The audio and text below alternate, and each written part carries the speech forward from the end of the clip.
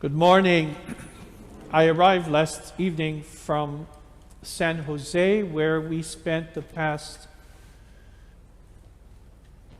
4 days at the Parish Life Conference hosted by the Holy Ascension Church, Holy Transfiguration Church in Los Altos, California. And it was a wonderful gathering with His Eminence Metropolitan Joseph, who shared with us about his travels to Lebanon and Syria, where he spent a total of 72 hours in Syria in order to be cautious. The situation there is still not normal, with electricity that is rationed. But as he described, the faithful are strong and are not complaining. You know, this is not the only area of the world where Christians are undergoing tremendous difficulties. And he contrasted how what we are suffering is minute in comparison to what is going on, and how we have to really give thanks and pray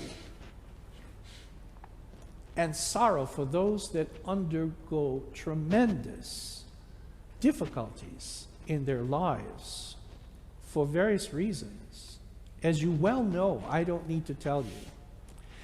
But the joy was being with everyone in person after 3 years of no parish life conferences, and the delight to have our young people participating in the events of the conference and also elected to offices to serve the diocese, which includes Alec Milky, who is serving as treasurer, Dimitri Mujay is serving secretary, and Elisa, who is serving as social media director. Among other officers, the president is Father Chris Salami's daughter, who read the epistle last Sunday, Sophia Salami, and the vice chairman is the son of Father Samer Yosef, the host pastor of Holy Transfiguration Church, Damien Yosef.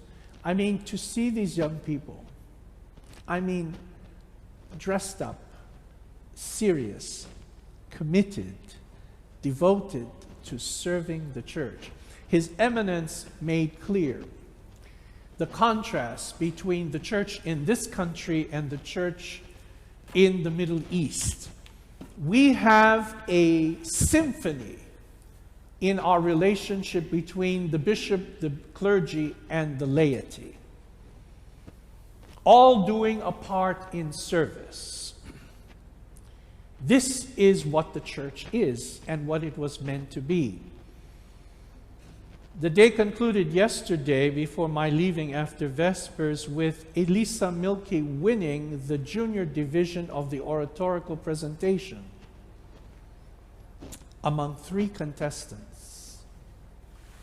I mean, she worked very hard and she was able to capture the judge's choice for the best junior oration. We're so proud of these young people and their parents who come to church, who bring them to church, who live the life, who are committed, who serve the church. Because it's by example that we teach.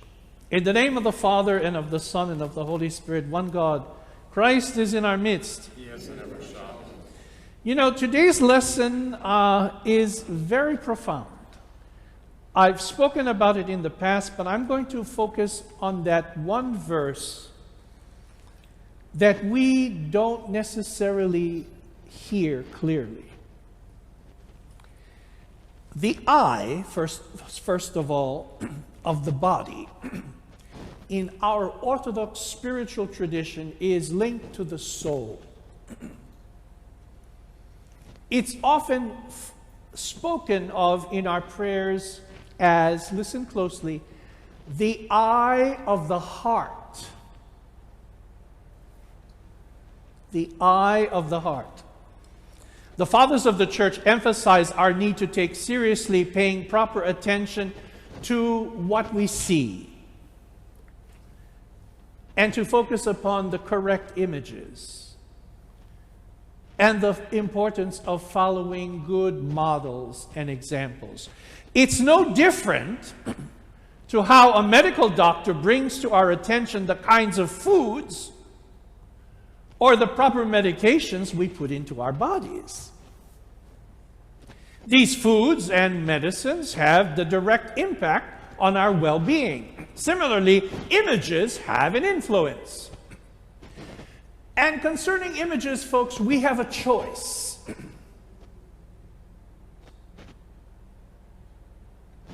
Because images that sometimes have a subliminal power affects our spiritual life.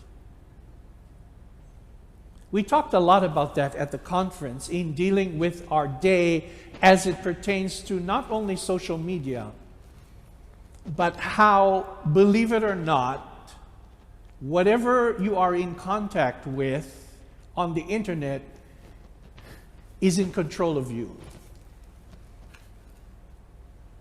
and contrives to take you down a path which is not healthy. It's just a fact. Our life has changed drastically, and we have to be aware of these subtle and deceiving methods of captivating our attention. I want to call your attention to the gospel verse that we may not have heard. It's verse that in chapter 6 that follows the very start of verse 22. So hear it again. Jesus said, "The eye is the lamp of the body. If your eye is good, your whole body will be full of light. But if your eyes are bad, your whole body will be full of darkness." And then he says something that's very remarkable. He said, "If then the light in you is darkness." The light in you is darkness. How great is that darkness? How do we understand Jesus' words? It sounds like a contradiction. It's not. There's a similar passage in St. Luke's Gospel, in Luke verse 34 of chapter 11. He puts it this way: "Your eye is the lamp of your body. When your eyes are good, your whole body is full of light. But when they are bad, your body will be full of darkness." And then he says, "See therefore that the light within you is not darkness." How can light be darkness? "Therefore, if your whole body," he goes on to say, "is full of light, and no part of it dark, it will be completely lighted as when the light of lamp shines on you." So once again, similar to the Lord's teaching in Matthew, today's lesson, we hear the phrase, "See to it, therefore, that the light within you is not darkness." From both passages, there's a sense that being darkened in our heart and soul results from our choices or what we settle for. The gospel lesson also challenges us to be awakened to what is truly good, what brings us closer to God, who is the true light, who illumines all. It begins with speaking about what we see with our eyes. However, the light in each of us pertains to what we really believe, what we consider to be true, what is the motivating factor in what we do. The doing results from what we have become most comfortable with, and what we might say, have set our affections upon. What really matters to us, what we are willing to pay any price for. However, if there's no moral compass, no acknowledgement of God, with no prescription of seeing clearly, no sharpened vision, if our purposes and goals are only self-seeking, self-centered, myopic, and egocentric, the light in a person can be ironically described as darkness. And it's also described in today's gospel as a great darkness. A great darkness. And sadly today, many lives live divergent views and visions from our view as Christians, what we believe.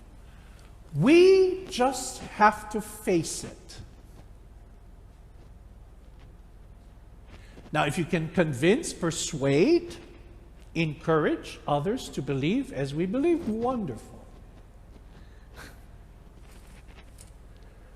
But in our day and age, believing another person's words is much more difficult,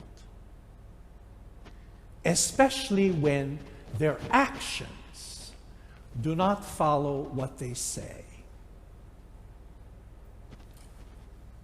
And so even before the Lord gets to the heart of the lesson, that we're not to worry about our life, He makes abundantly clear that in order for you and I to truly desire to be members of His kingdom, we must first and most importantly understand within ourselves that the true light He has given us, placed within us, provided us with, is His Spirit. The means by which we are saved from darkness. That helps us to realize that we are never alone through our struggles. We are not abandoned when we fail. We are not forgotten or condemned by our weakness. No. We are strengthened in our struggles. For the apostle said, "When I am weak, then I am strong." He is with us, is going to help us when we fall.